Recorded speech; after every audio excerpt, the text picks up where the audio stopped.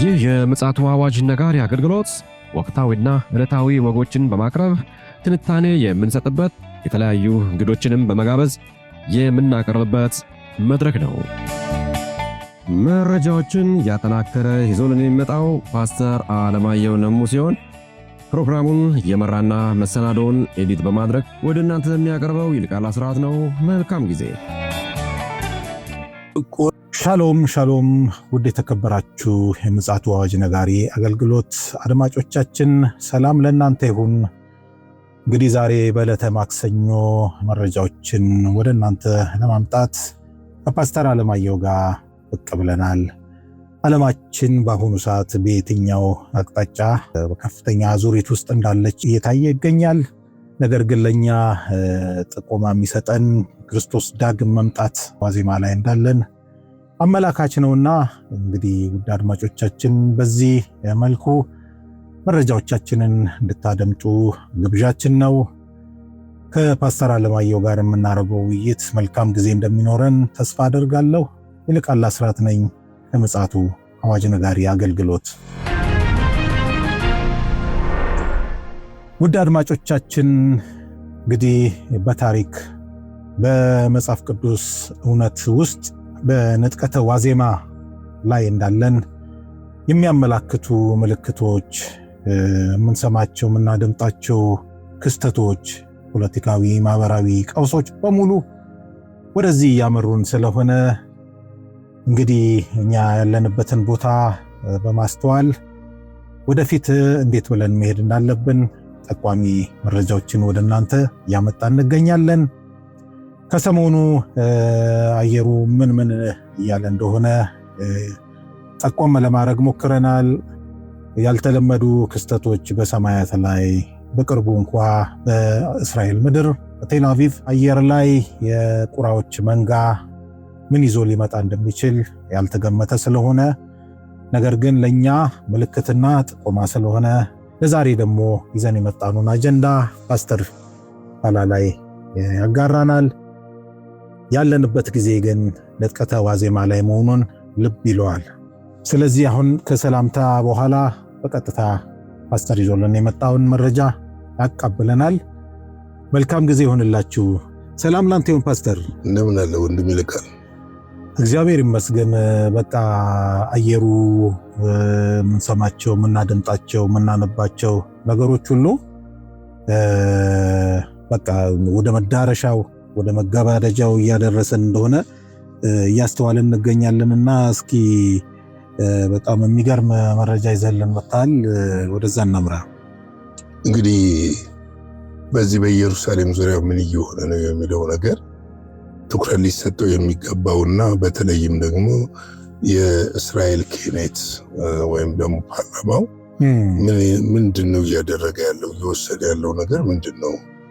ረቂቅ ሀሳቦች እየቀረቡለት ያለ ነው። ፖሊሶችም ደግሞ አንዳንድ ክልከላዎችን እየጣሉ ነው ያሉትና ይሄ ሊታሰብበት የሚገባው በትክክልም የአውሬው መልእክት እንደሆነና በክርስቶስ ኢየሱስ ላይ ያላቸውን ተቃውሞ በግልጽ የሚያሳይ ጉዳይ ነው። እነዚህ ጉዳዮች በእርግጥ ከጀመሩ አሁን አይደለም የጀመሩት፣ ግን ምንድነው ጎልተው የወጡበት ጊዜ አልነበረም። እስሱ ነበሩ፣ ሙከራዎች ነበሩ። አሁን ግን ጎልተው እየወጡ ነው ያሉት።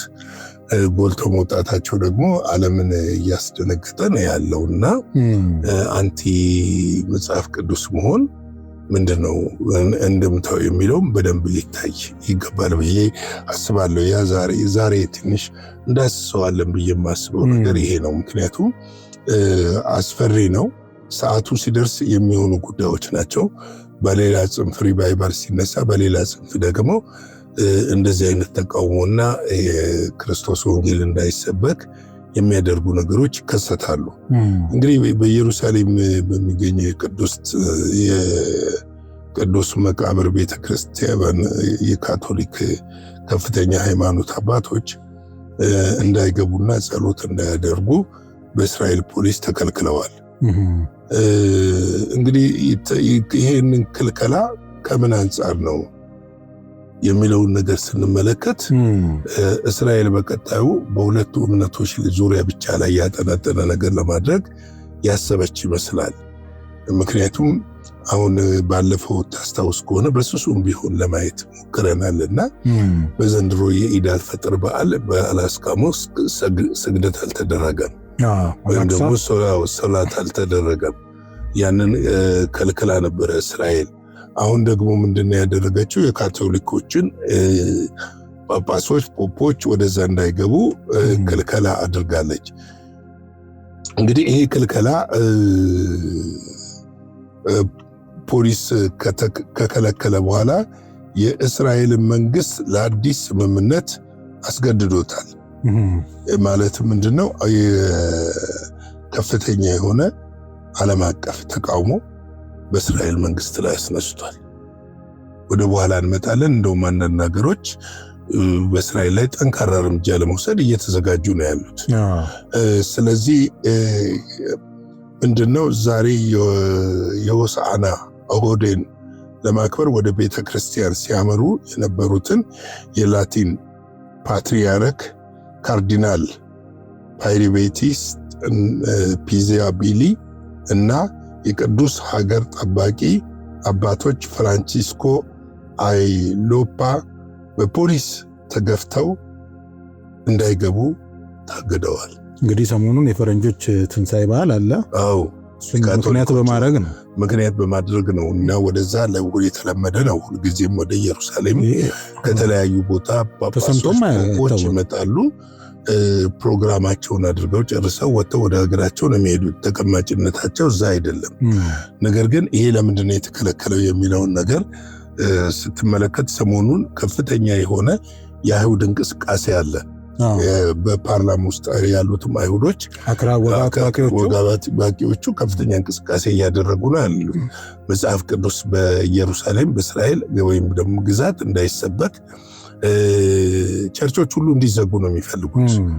ገብቷል። ወንጌል የሚባል ነገር ላይ ነው የሚደረገው የሚፈለገው። ይህን ረቂቅ ለፓርላማው አቅርቦታል። ፓርላማው በእርግጥ እስካሁን አላጸደቀውም። እንግዲህ ወደፊት ያጸድቀዋል ተብሎ ይጠበቃል። ምክንያቱም ያው ግድ እኮ ነው። አንዳንዴ ወንድም ይልካል፣ እኛ ለምን ሆነ ብለን እንበሳጫለን እንጂ ግድ ነው፣ ሊፈጸም ግድ ነው። አንዳንድ ደግሞ ለመሰለ ሪቫይቫሉ ወደዛ ወደ ሙስሊሙ ግዛት እየገባ ነው። ተሐድሶ የመንፈስ ቅዱስ ተሐድሶ ወደዛ እየገባ ነው። በብዙ ሚሊዮን የሚቆጠሩ ኢራን ውስጥ ክርስቲያኖች አሉ፣ ኢራቅ ውስጥ አሉ፣ ኩዌት ውስጥ ጀምሯል የእግዚአብሔር ስራ። ሳውዲ ውስጥ አለ። ያውም የነሱ ከልዑላኖቹ ነው እንዲሁም እግዚአብሔር ጌታ ኢየሱስ እየዋጀ ያለው። አዎ። እና ምንድነው ይሄ ሁኔታ ሰይጣንን ያስደነገጠው ይመስላል። ምክንያቱም አሁን ብዙ ሰዎች የኢየሩሳሌም ቅድስት ከተማ የምንላት አሁን አይደለም። አሁን የርኩሰት ከተማ ነው የምትሆነው፣ የአውሬው ከተማ ነው የምትሆነው። አውሬው ሲነግስ የአውሬው ከተማ ነው የምትሆነው። ብዙ ለምሳሌ አንዳንድ ጊዜ ከሆነ አንዳንድ ሰዎች ሲተነትኑ ቅድስት ከተማ ምናምን፣ ቅድስት ከተማ አሁን አይደለም የምትሆነው።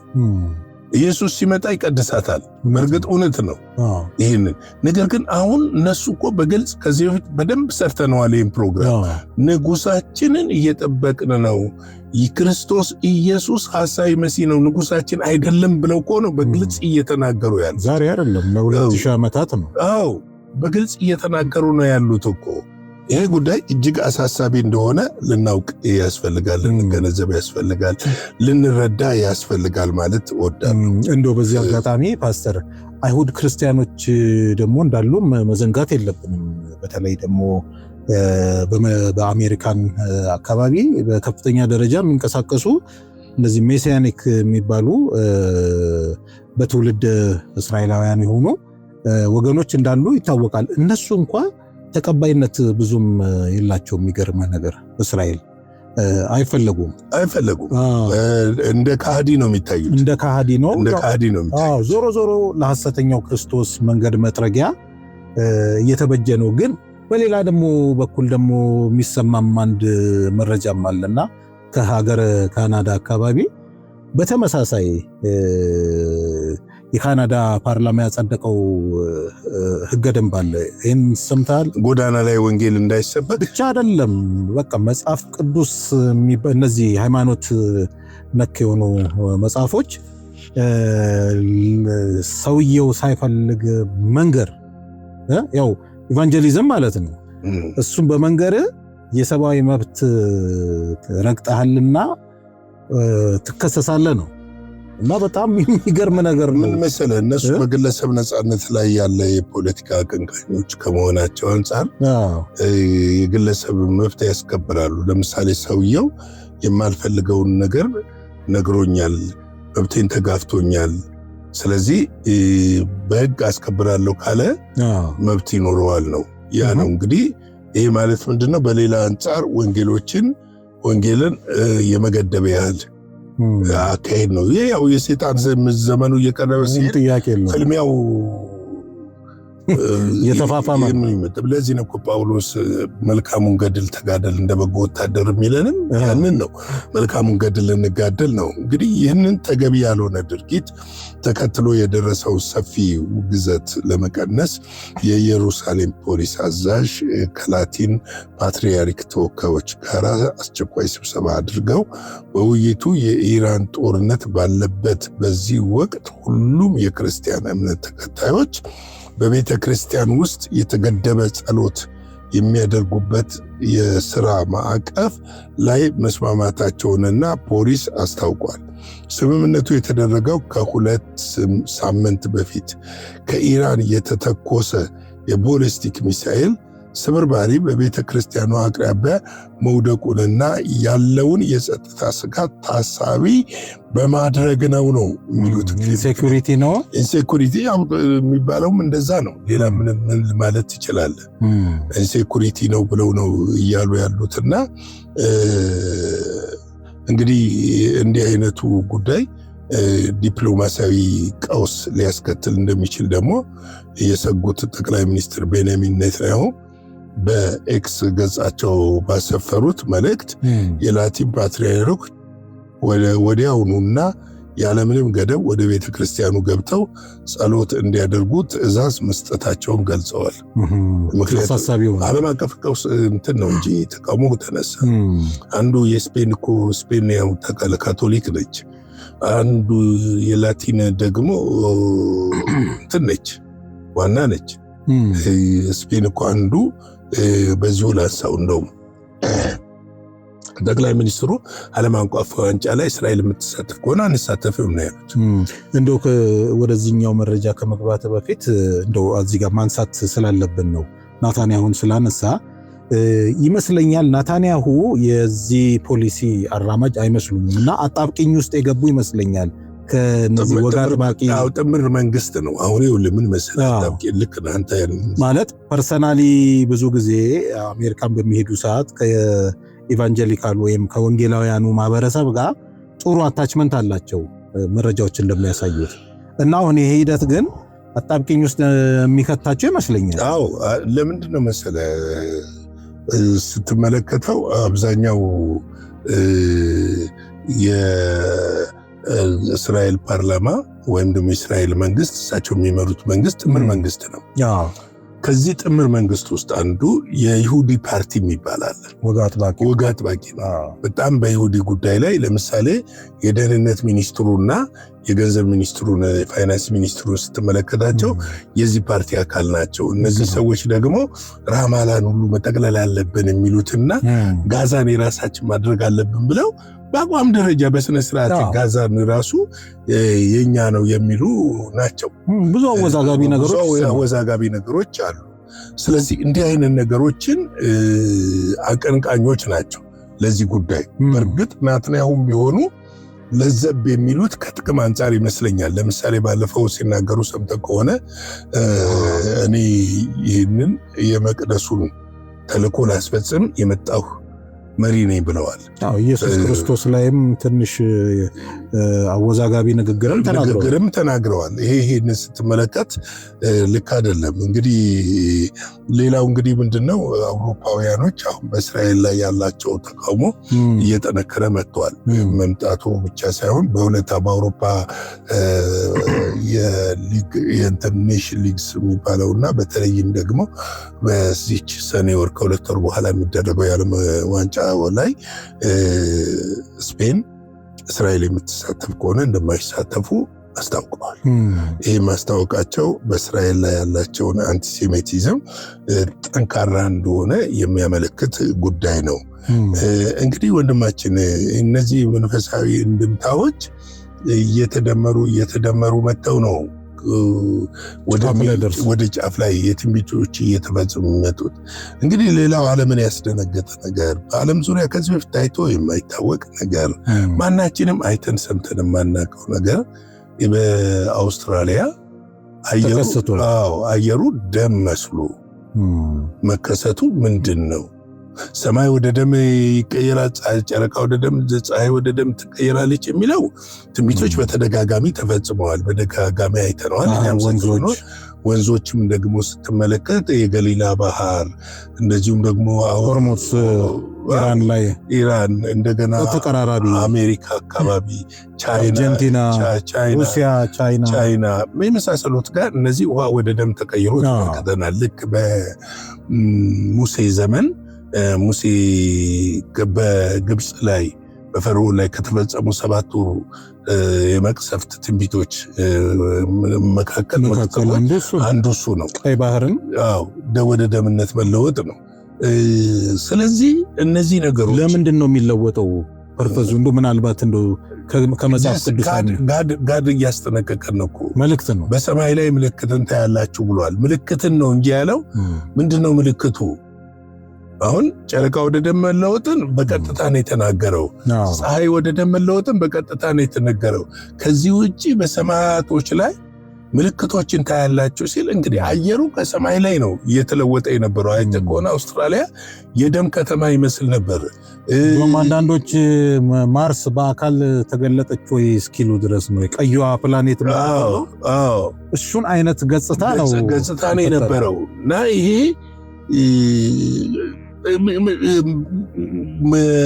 አድማጮቻችን ሊረዱ የሚገባው የመጨረሻው ዘመን እየቀረበ በሚመጣበት ሰዓት የተለያዩ ምልክቶች በምድር ላይ ይገለጣሉ። ይህንን ማወቅ መቻል አለባቸው። እነዚህ ምልክቶች እኛን እንድንዘጋጅ የሚያደርጉና የሚያስጠነቅቁን ምልክቶች እንጂ እኛን የሚያጠፉ ምልክቶች አይደሉም። በተለይ በክርስቶስ ኢየሱስ አምነን የዳን ሰዎች ሰብሰብ እንድንል ከዚህ ዓለም ሩጫ ቆም ብለን ራሳችንንና ሕይወታችንን አገልግሎታችንንና ኑሯችንን እንደ እግዚአብሔር ቃል ነው ወይ? ሕይወታችን ክርስቶስን ይመስላል ወይ? ዝግጁ ነን ወይ ለመነጠቅ? ቢመጣ ዛሬ ጌታን ለመሄድ ዝግጁ ነን ወይ? ምክንያቱም ቀኖቹ መቼ እንደሆኑ ማንም ሰው አያውቅም። ለምሳሌ ሰዎች ፕሪዲክት ሲያደርጉ ከመጽሐፍ ቅዱስ ሐሳብ ተነስተው ይሄ ሊሆን ይችላል ብለው ይናገራሉ እንጂ ኤግዛክት ይሄ ነው ብሎ ለመናገር በጣም ከባድ ነው። የትንቢትን ጉዳይ በትንቢቱ ሲፈጸም ነው የምናውቀው። አሁን እየተፈጸመ ነው ያለው። የእርስ በርስ ጦርነት በዓለም ላይ በሽ ነው። ህዝብ በህዝብ ላይ እየተነሳ ነው። አመፅ፣ ተቃውሞች፣ ችግሮች፣ የኢኮኖሚ ክራይሲሶች፣ ሶሻል ክራይሲሶች ሁሉም ነገር ድረስ እየሆኑ ነው ያሉት። እነዚህ ሁኔታዎች ባሉበት ሁኔታ አለመዘጋጀትና አለመንቃት ምንድን ነው? ለምንድን ነው ዛሬ ኢየሩሳሌም ትኩረት ወስደን የሰራንበት ምክንያት እስራኤል ለመቅደሱ ካላቸው ነገሮች አይሁድ ከዓለም ዙሪያ ወደ ሀገራቸው ገብተዋል። ብዙዎች እየገቡም ነው ባለፉት ጊዜያቶች። አሁን ጋፕ ያለው እንደውም የጦርነት ከተነሳ በኋላ ነው። ስለዚህ መቅደሱን ለመስራት በሚያደርጉ ዝግጅት ምንም አይነት እንቅፋቶች እንዳይደረጉባቸው ወንጌል እንዲሰበክ እንኳን አልፈለጉ። ይሄ ምን ምልክት ነው የሚለው እኮ ስለሚፈቅድላቸው ነው። እኛም እኮ አንፈርድባቸው። ህጉ እንዲህ አይነት ነገር አስወግድ አይደለም የሚለው።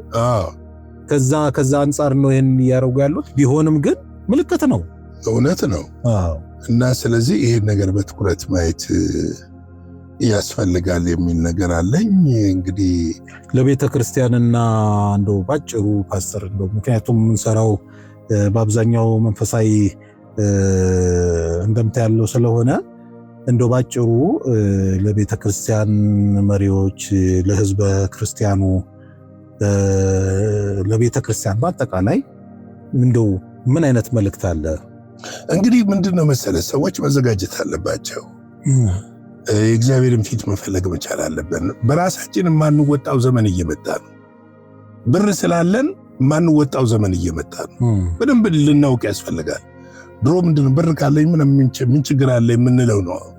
ብር ኖሮም ብሩን እያየኸው ምንም ላታደርገው ትችላለህ። ይሄን ደግሞ በ1912 11 እና 12 አካባቢ በኮቪድ ጊዜ በፊት ለፊት እግዚአብሔር እያሳየን ነበረ። ሰዎች አውሮፓ ላይ ብራቸውን ሲበትኑ ብር ህይወትን ለማትረፍ ቫልዩ እንዳልሆነ አቅም ጉልበት እንደሌለው፣ ስለዚህ ሰው ሁሉ ህይወቱን ለማትረፍ በብር መጠቀም እንደማይችል የሚያሳዩ እግዚአብሔር እንደ ምልክት አሳይቶን ያሳልፈን ይመስለኛል። በእውነት ነው የምነግርህ እና ያሳልፈን ይመስለኛል። እና ስለዚህ ምንድነው መሰለ የሚያድነን የናዝሬቱ ኢየሱስ ነው።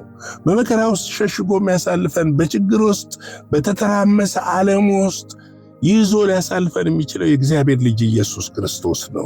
ስለዚህ ፊታችንን ወደሱ ነው ማቅናት ያለብን ነው ማለት የምፈልገው። እና ቤተ ክርስቲያን ደግሞ ይሄንን ነቅታ አውቃ ተዘጋጅታ ህዝቧን ማዘጋጀት አለባት ብዬ እላለሁ። የጌታ ጸጋ ሰላም ከሁላችን ጋር ይሁን። ሻሎም። እግዚአብሔር አብስቶ ይባርክ ፓስተር። ብዙ ጊዜ አንተም ተጠቅሰዋለህ። አንድ የዝማሬ ርዕስ አለና ቀኑ ደርሷል ሊነፋ መለከት ህዝብ ይጠራል ካለበት በፍጥነት። እንግዲህ ቅስፈታዊ ነውና ቀኒቷንና ሰዓቲቷን አታቁም ስለተባልን ቀኒቷንና ሰዓቲቷን ቢነግረን ኖሮ ዋዜማው ላይ ተዘጋጅተን እንጠባበቅ ነበር። ነገር ግን በየጊዜው እግዚአብሔር በረዳን መጠን ዝግጁና ንቁ እንድንሆን ነው እንግዲህ እግዚአብሔር ቃል የሚነግረን። በዚህ መሰረት እንግዲህ ፓስተር በደንብ በጥሩ ሁኔታ ወቅታዊውን የዓለማችንን ሁኔታ አሳይቶናል፣ ክስተቱንም አሳይቶናል።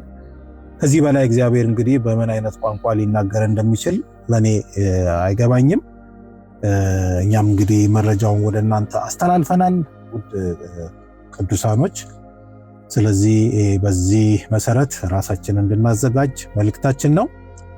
ለዛሬ ማክሰኞ የቀን መረጃችን ይህን የመሰለ ነበረ። በምሽቱ ደግሞ በሌላ መረጃና መልእክት ተመልሰን እንመጣለን። እስከዚያው ድረስ የእግዚአብሔር ምሕረት፣ ቸርነት፣ ጸጋ ከእያንዳንዳችን ጋር ይሁን። ሻሎም። ለዛሬ ይዘን የመጣነው ወቅታዊ መረጃ ይህንን ይመስል ነበረ። በሌላ ጊዜ በሌላ መሰናዶ እስከምንገናኝ ሰላም ለእናንተ ይሁን።